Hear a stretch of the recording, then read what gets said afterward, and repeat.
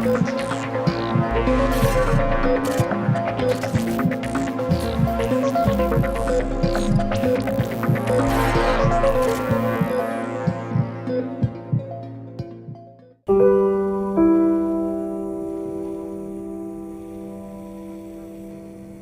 لە دوو پێک هاتەی سەرەکی دروست بووە،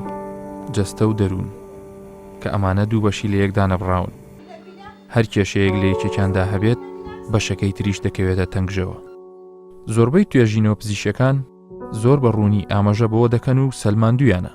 کە دەروون دروستی هۆکارێکی زۆر گرنگی سەرکەوتنە بەسەر هەموو کێشەکاندا.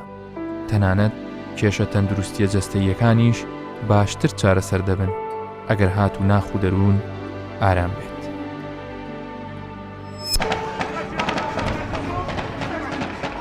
هەر حاڵەتێک کە ناخ و دەرونی مرۆڤەکان ئازار بدات، کاریگەری لەسەر دەروون بەجێ دەهێڵێت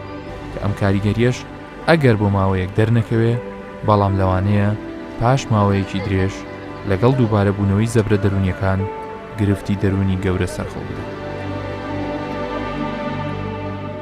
لە کوردستان و لە ماوەی چەند ساڵی ڕابردوو لەگەڵ قەیرانە سیاسی و ئابووریەکان و سەرهەڵدانی جەنگ دژی تیرۆریستانی داعش و ماڵوێرانبوون و شەهیدبوونی سەدان قارەمانی ئەمگەلە و ڕەفاندنی کوردان و وێرانکردنی ناوچەکانیان بارێکی دەرونی ناجێگیری لە نێوان زۆربەی هەرە زۆری هاوڵاتیاندا دروست کرد. ڕاڕایی و خەمیسبەی تارمایی بە دەموچاوی ئەم خەڵکەوە دیارخستە بوو. بەشێک لەم حاڵەتانە بە فشاری دەرونی دوای زەبر ناو دەبرێن. ئەگەر ئەم فشارانە زۆر دووبارە ببنەوە و چارەسەری پێویست نەکرێن، دەبنە نەخۆشیەک کە چارەسەرکردنەکەی کاتی زیاتری دەوێت و زەحمەتتر دەبێت. دەمەوێت نمونەیەکی زیندوی ئەم حاڵەتە وەربگرم. کەسانێک ئازاری جەستەیی هێندەی فشارە دەرونیەکان ژیانی لێ نەشێواندون. ئەوان هەموو جۆرە ناخۆشیەکیان بینیوە. برینە دەرونەکانیان زۆر قوڵن. کەمپی کەبەرتوو وێستگەی یەکەمی ساڕێژە لە نزیک شاری دوهۆک. پێویستمان بە کەسێکە ڕێنوێنی مام کات. دەچینە ژووری بەڕێوەبەری کەمپەکە. ئەوەی کە لەسەر کورسی بەڕێوەبەر دانیشتووە بەڕێوەبەر نییە. ئەوەی تەنیشتیشی دانیشتوویەکی کەمپەکە نییە. ئەوەی لەم جێگایە دانیشتووە ئەکرەمی تەمەن 9 ساڵانە. ئەکرەم پێش 3 ساڵ و لە شنگال لەلایەن داعشەوە خۆی و دایک و خوشک و براکانی دەڕفێنرێن. چیرۆکی ئەکرەم لەوە دەست پێ دەکات کە بە دەستڕێژی گولەی داعشەکان بریندار دەبێت. چەند مانجێکە لە دەست داعش ڕزگاری بووە. داعش بە شێوەیەکی زۆر پێشکەوت و ڕاهێنانی سەربازی بە ئەکرەم و هاوشێوەکانی کردووە. بە شێوەیەک بیرکردنەوەیان گۆڕی بوو وەک کەسە نزیکەکانی دەڵێن، کاتێکی زۆری ویست تاوەکو هەندێکمان لەبیر بردە. سعود مستۆ بەڕێوەبەری کەمپەکەیە. ئەو زۆر نزیکە لە ئەکرەمەوە.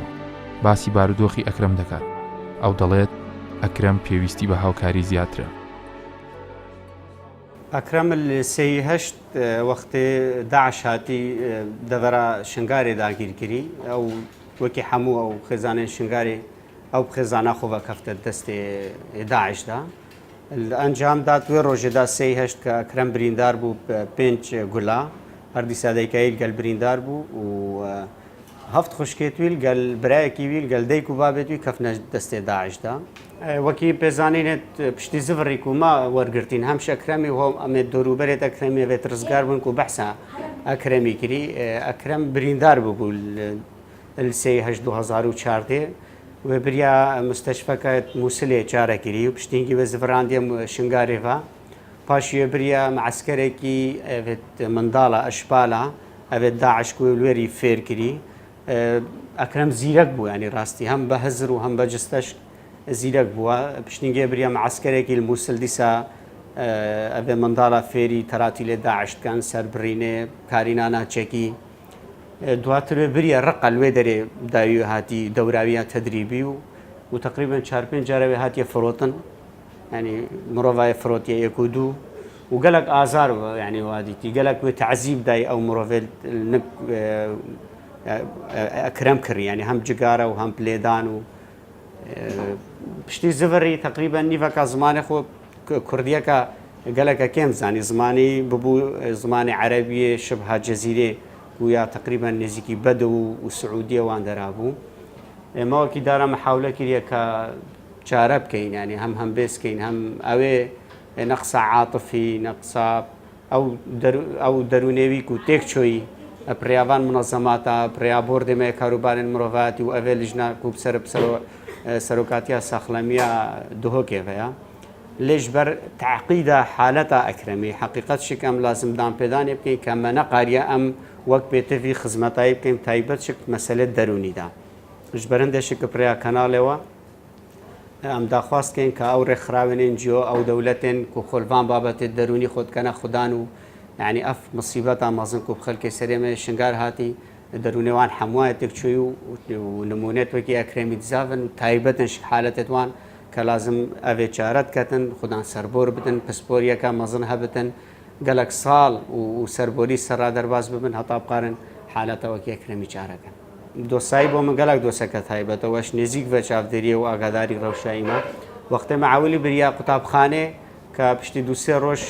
ئەکرم گەلک تون بوو گەڕ ڕەفیقێت خۆل بێدەرێ ینی گەلک لێداندا بحکمی و فێری فنونە شەڕی بووە و ینی مە محاولە کریە کە تێ بگەهێنینەوە برایەت تەنا و وەزعی وەسانەیە مە محاولە کریانەوەکە باشە ئارامترە تەبیعی وەزعی گەلە خراپتر بوو ئەکرەمێت پشەف خەواوی یەتێک چۆیە ینی بەهرابەتش ڕۆژاتێت بەحسا خەونێت خۆت کەت بۆ من سبەی کاکوت بێشتن مشەوێدی بۆ نمونە بەری دوسێ ڕۆژەکە هات گۆ من خەوێدا دیت و داعش هەجومی مەت کرد و دبابەتینان و ئەس کوشتم خەونێدا و پشتی ئەس شیار و مەسرا بوو مەگرەگیری و ینی تەبیعی وەزعی گەلە خراپەت مەسەلەن شەوێدای دەرونی لە زێدەبارێک و هەم دەستاوا خوازراف سەیتەرێ سەرناکەتن تایبەت شکە دەمێ شەوێدا نمونێت وەکی حالەتی ئەکرەمی هەلبەتە زۆرن نەبەس الكامبا كبرتوي الحمو كامبا وش دروي كامبا شو يجبر كوابت فير بون الوان سرباز قهاو تو شيفان بارودو خد جوار درباز من قلقن لحالات الكامبا ما بتني بينش حالة أكرم الشوان حمواشك يعني معقد ترى يعني وضعي يعني زوري خرابة وجبر كوا بارودو خي أكرم ترى درباز بوي جوازش بارودو خي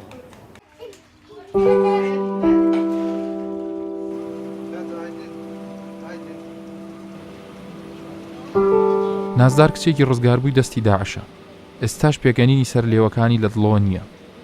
زۆر ئەستەمە بتوانین ئەوەی بەسەر ئەو داهاتووە بهێنینە پێش چاومان نامانەوێت یادگاریە تاڵەکانی بیربهێنینەوە تەنها حەز دەکەین چارەسەری پێویست بۆ دەرونی نازدار بکرێت نازدار توێ چەوای باشی؟ الحمد لله دار باسم ئێستا حاڵەتی تو چەوایە وەزعی تو چۆنە ئێستا خدای وضعیم ڕاستی گەلک عەسەبیمە و بهنامەتان گرت بێ و پێشتر وان نەبووی پشتی ئەو نا چ دەکەی بە ڕۆژ چ دەکەی ینی خودێ ماڵێ بەس خودێ ئەدوو چاوە کاریت کە موسەیتر بی و عەزیمەتی خۆ چاوە بەقوت کرد باسم لۆ بکە باسی ینی ئەوم بکە چۆن توانیت موسەیتر بی لەسەر ذکرياتي كون ونفسيتي خود باش بكي وكي مساعدت بو تشد كير قديس قالك محاولت كان بس قديس بزعمتها شي براستي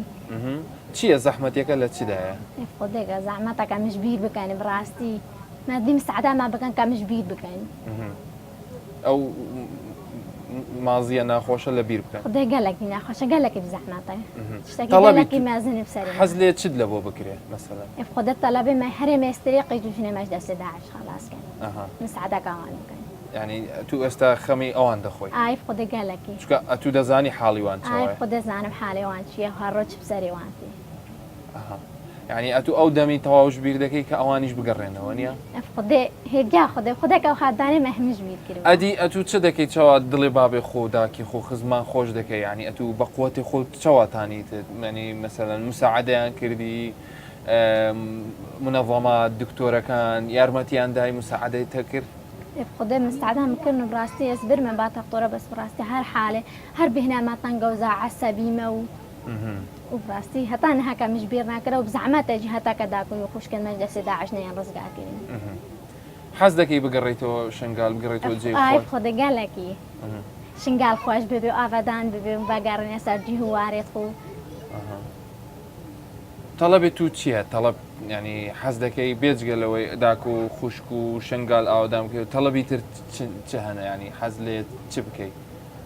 خودت طلبه براستی مساعدة كما بكانوا براسي العراق الناس أبخو أبد كهتين دست داعش دم مرتحنا بن وكهم شون الشنغال جي كبسرة ما هاتي الشنغال دم نكارنش بيد بكان تشتكي بزعمتك كم جبيد بكان الشنغال دك تشتكي نما كبسرة ما نهاتي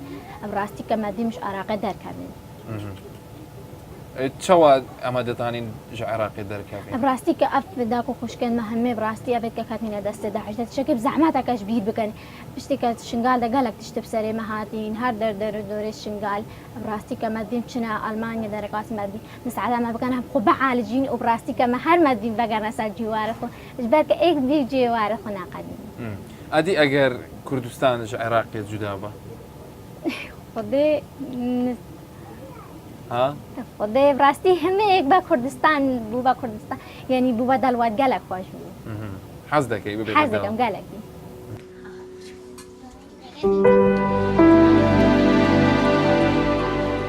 نمونەی نازدار و ئەکرەم زۆرن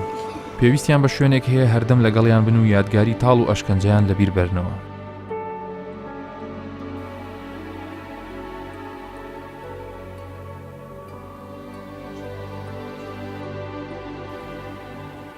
ئەو کەسانی کە ڕزگاربووی جەنگن و ئەزمونێکی تاڵیان لە ڕووی جەستەیی و دەرونیەوە لەگەڵ جەنگدا بردوتە سەر پێویستیان بە شوێنێک هەیە کە دووبارە ڕاهێنانیان پێ بکرێ نەخۆشە جەستەیەکانیان چارەسەر بکرێ و باری دەرونیان سەقامگیر بکرێ و یادەوەریە کۆنەکانیان لە مێشکیاندا بسڕێنەوە. ئێستا ئێمە هاتوونێتێکێک لەو سەنتەرانەی کە لە شاری دووهۆک تایبەتن بەو ئافرەت و کچانەی کە لە دەستی داعش ڕزگاریان دەبێ و تێیدا چارەسەری جەستەیی و دەرونی پێویست لێرە وەرەگرن.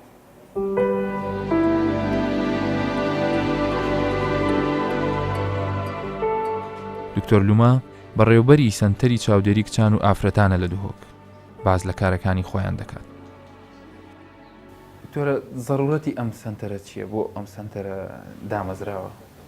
خۆ بداياتي وقت يعني ما دامزرانا وما دست بكر أو يجيبوا وكي رسبونس يعني وكي وقت ما استقبال كرندو يعني يكمين إيك وقت هاتياش دست داعش جهشت يفيري قصدا ماكر وما وكي أو يديك بو دعمك بوي خصوصا طبيبو راسي يعني بدايات خصوصا هي بأولي بس طبيبون بشتينجي هدي مع خدمة الخوت أو يدي تكلم بلاط كلمة بۆ ئەو کەسانی کە لە دەستی داعش ڕزگاریان دەبوو. بەڵێ ئەو کەسانی کە لای ئێوە چارەسەری دەرونی وەردەگرن عیلاجی نەفسی وەردەگرن تەمەنیان چەندە و لە چ ڕەگەزێکن؟ أبخو يعني سنتري منا بس بو علاج نفسي علاج طبية أولا وبشتينجي بتا نفسي نفسي جينا بو همية بو أوان هندك يعني أم بشتي تقييمك يجد كان بوان تقييمك نفسي أولي وقت التين بشتينجي أم بلانك الدانن كابو أوان ديجتا كيش كاتيجوريان كيش أويدي وديف وي تقييم نفسي أم قالوي بلان الدانن بيجني كبيهتا سنتري يعني أم ديفريك أنا عردك دي ودي تواصل كان احتمال عندك جرى وضعي وباشا أم تهيلن يعني وقت بيجن بو موبايل تيم بو أو تيم تميت قروك أو تشن سحكني حتى أمزانا همي قاضي باشا وتش مشكلانينا وأيد مشاكل هين أم بردوان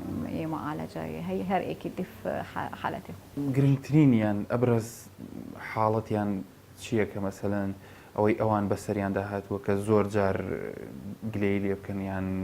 شەکوایان لەسەری هەبێت کەوان لێ بکاتەنان شەوان خەویان لێ نەکەوێ یان براستي قلكن أو بيجنب عربي كرب ما بعد الصدمة أو باربتر يعني يتهين وهي جتنا في يعني ديبريشن وهينا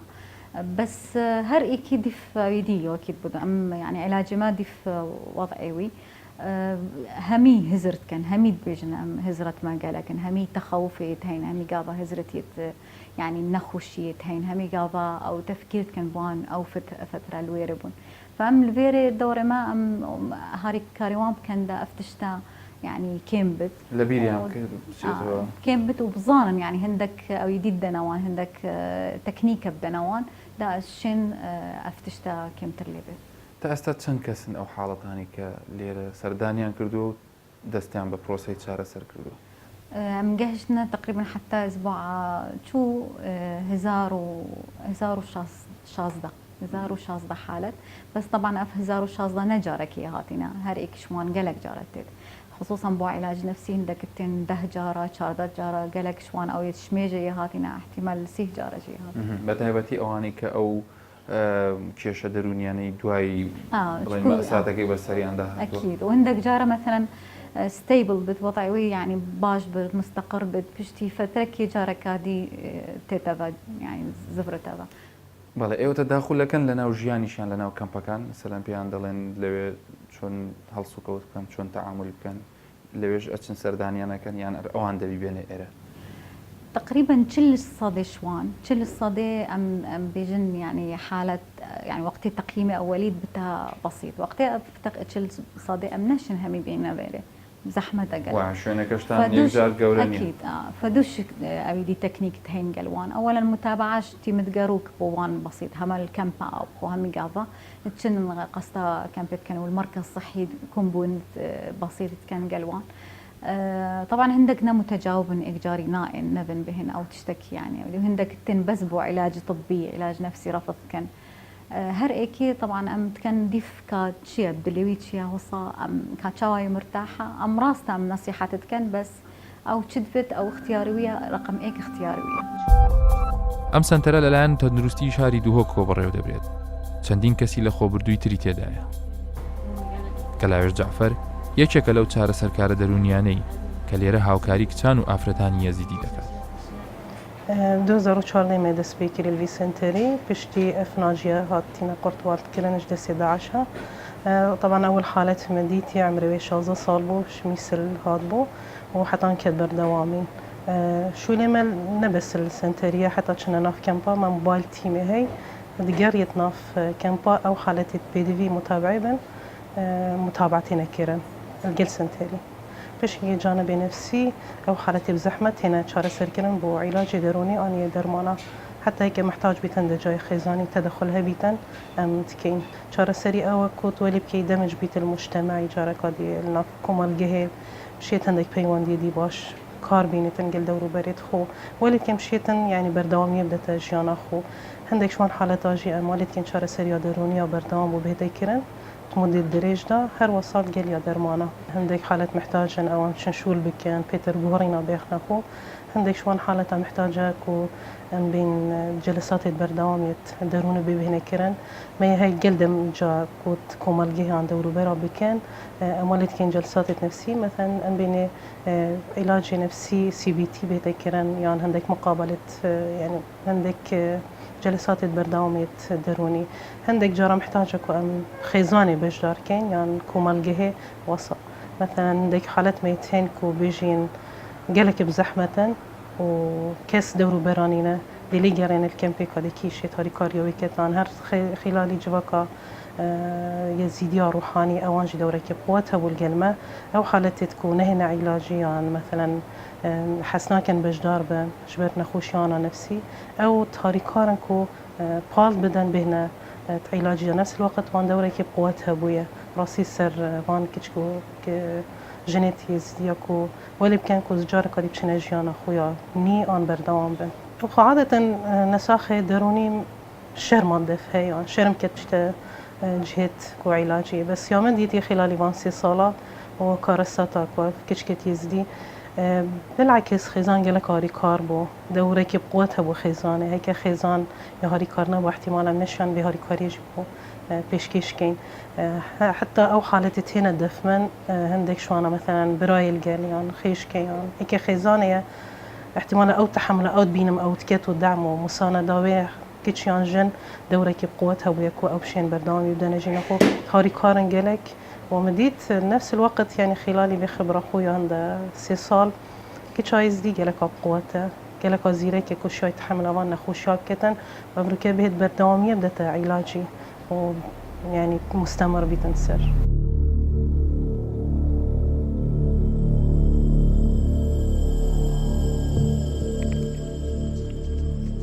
مەترسیدارترین بەشی ئەم حاڵەتە دەرونیە کە لەوانەیە وای لێ بکات ببێتە نەخۆشیەکی دەرونی بەنهێنی هێشتنەوەی فشارەکەیە بۆ زۆربەی کەسانی کە ئەم حاڵەتیان هەیە بەنهێنی دەیهێڵنەوە چونکە زۆر جار هۆکارەکە ئەوەندە قێزەون و دڕندانەیە تەنانەت باسکردنی چیرۆکەکە بۆ پزیشکی دەرونیش ئاسان نیە. بۆیە ئێستا کاتێتی کە پەنجە لەسەر ئەو برینە دەرونیانە دابنرێت، دەچمە ڕێکخراوی ژیان لە قید و هۆک. لێرە دکتۆر پەرژان دەدوێنم. ئەگەر بە نمونە بەسەر ئەوانی کە لە دەستی داعش ڕزگاریان بۆیان ئەوانەی کە پەنابەرن لێرە یان و خەڵکی بەگشتی کە قەیرانی بەزەگە زیاتر لەسەر ئەوانی کە لە دەستی داعش ڕزگاریان بووە چیان لە بۆ بکرێت؟ هەلبەتە لێرە گەلێک تشتە هەی لازمە ئەم بەحەز بکەین، یعنی نەبەس ئەوە چارەسەریە تەدام و دەستگە هەبن وەکی یەت حکومی و یەت NGO وەکی ئەف دەستگە هێنۆکە ئەم تێدا ئان هەر دەستگەهێکی دی هەبیتن و چارەسەریە وان کەسا بکەتن هەن بەس چییە کەسب خۆشی پێتەویە هاریکاریا خۆ بکەتن، یعنی نوکە تفت ئەم گەهینە قەناعەتەکە على الأقل حالیاً ئەم گەلێکێشمە ئەvێت ناف ماڵت خۆدا ئەvێت کو ئەvێت چەند ساڵێکە ئەم وەکی استقرارێکی مەیە هەی وەکی ئێمناهیەکی ئارامیەکی مەیە هەی ڕاستە داعش فترەکی المەدیر بوو 5 کیلومتر نابینە مە و داعشێدا بە هەبوون هەولێرە و سلێمانیە و دهۆگێژی هەند نزیک ببوون کۆ وەکی تەهدیدێکی بۆ سەرمە بەس الحەمدولله پێشمەرگێمە خودێ پێستر بخیت و خودە قووەتەوە زیدەتر لێ بکەتن کو شیان مە پارێزنە لێ چەندێ ئەڤە لازمت سەرێ مەدابیتن کو پێشمەرگە نوکە دیار بوو بوو جیهانێ هەمیە کو پێسترین هێزا عسکەری بوو جیهانێدا هەمیە کو جیهان هەمی بتەحالفێت خۆ چەند دەولەت پێکڤە هاتنە مواجهها vê Daişê bikin pêşmerge bitinê ek quvvet ek hêz şiyan bergeriye li xwe bikin û şiyan wê lê bikin ku neşin bosteka axa Kurdistanê lê te'dayî lê bikin û pêşmerge ku xalekî pozitif bo barî derûnî xweman bekarbenî belê lazim e ev yekem noqtaya pêtiviye em bikeyne serê xwe da ya duyê em muqarana xwe bikeyn digel ew kesê evêt hinde tromaya bi serî da bibin hemû rojê ez ê gulê dibim ke ez nojdarekê derûnî me jina tê tedef min ya li destê Daeş derkeftî zêdebarê te'daya cinsî تعدایا کو میرل نکشتی یعنی بزر کری بچیک چارت گل چارت بزرن حتا نوکه وقتی کرای که مروی آمبرای که مروی چند ساعت کال مروی دیر که ویتن مروف قلق بو مروی چید بیتن و درابی تلفن ها که و کیفه چی و کیفه هات تحسب که اول 2 ساله یه دست داعش دا نزایتن کرویل کیریه نزایتن میرویل کیریه کشتیه سرجه کریه چلی هاتیه افتشت همی اف خلکیمه اویکو افتشت بسری نهاتی پیتویه گلک چاوک باش صحکته کو الحمدلله افتشت بسری من نهاتیه و هاریکاریا وان کساب کتن اوید کو افتشت بسری هاتین کو جاره کادی ولب کتن هندک هیواو هیوی بو چه بنوه ادجیانه دا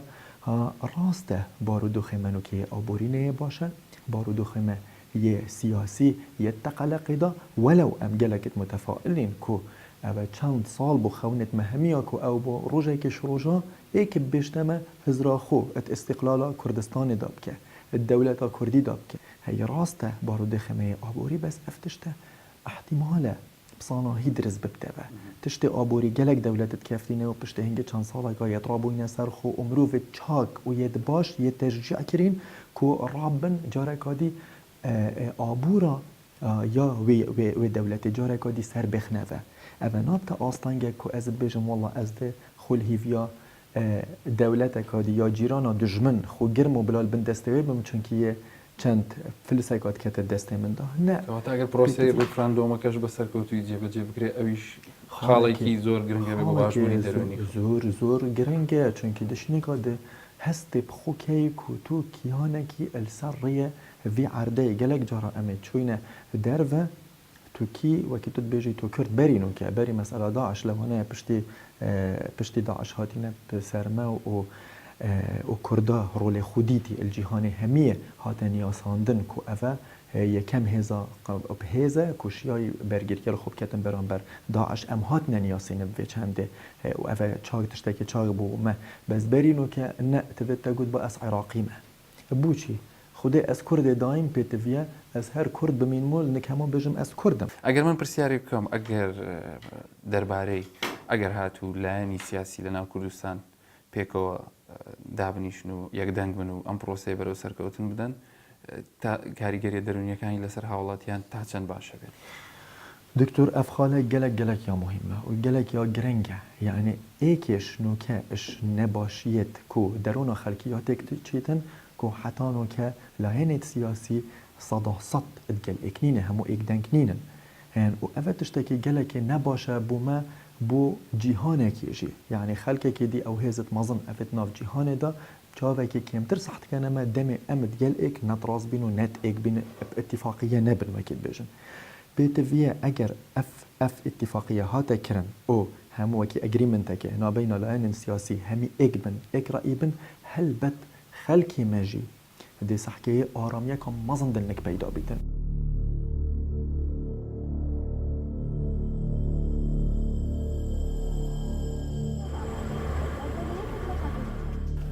لەوانێ برینە جەستەیەکانی ئەکرەم و هاوشێوەکانی ئەکرەم ئاسانتر ساڕێژ ببێت لە چاو ئەو برینانەی کە لەناو دەرونیان لە ئەنجامی شەڕ و ڕاگواستن و بردنیان لەلایەن هێزە تیرۆریستەکانی داعشەوە و چاوساننەوەیان و هێشتنەوەیان و تا ڕادەیەک پەروەردەکردنیان بۆ ماوەیەک کاتێکی زیاتری بوێ هیمەتێکی زیاتری بوێت تاوەکو بتوانین ئەم یادەوەریانە لە مێشکیانە بسڕینەوە سڕینەوەشی ئاسان نییە ئەرکی هەموو لایەکە یەک ریزی و تەبایی کۆمەلگای کوردی پێدەوێت بۆ ئەی هەموو لایەنەکان پێکۆ بتوانن هەم دەرونی ئەکرەم و هەم دەرونی تەواوی خەڵکی کوردستان ئاسوودە بکەن و ئەو هیوایە بێتە دی کە هەمومان لە چوارچێوەی وڵاتێک و دەوڵەتێکی سربەخۆدا بتوانین چارەسەری برینەکانی خۆمان بکەین و لە داهاتوودا ئەکرەمیش لە باتی ئەوی خەون بە چەک و تەقەمەنیەوە ببینێ خەون بەوە ببینێ کە لە یەکێک لەیانە بەناوبانگەکانی دنیادا ببێتە یاریزانێکی پرۆفیشنال هەر شاد